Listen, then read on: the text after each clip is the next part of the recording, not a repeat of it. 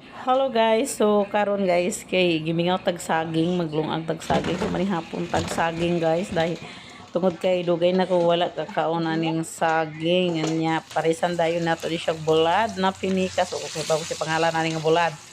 Ano pag natay saging guys, di yun mawala ni nga atong bulad kay the best gini siya pang partner sa atong saging and then ay dapat ingana na siya brown.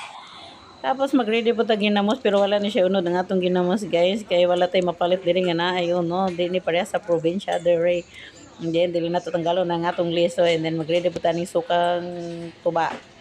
Anay sausawan nato sa atong bulad. Dito po taga mo na to gamayng sili. Hindi natin bulad, natin sukang tuba. And then, ginamos.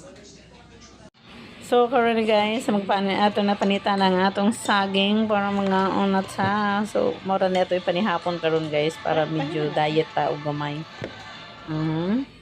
So mga tulo lang kabuok ang atong kaunon kay gabi na.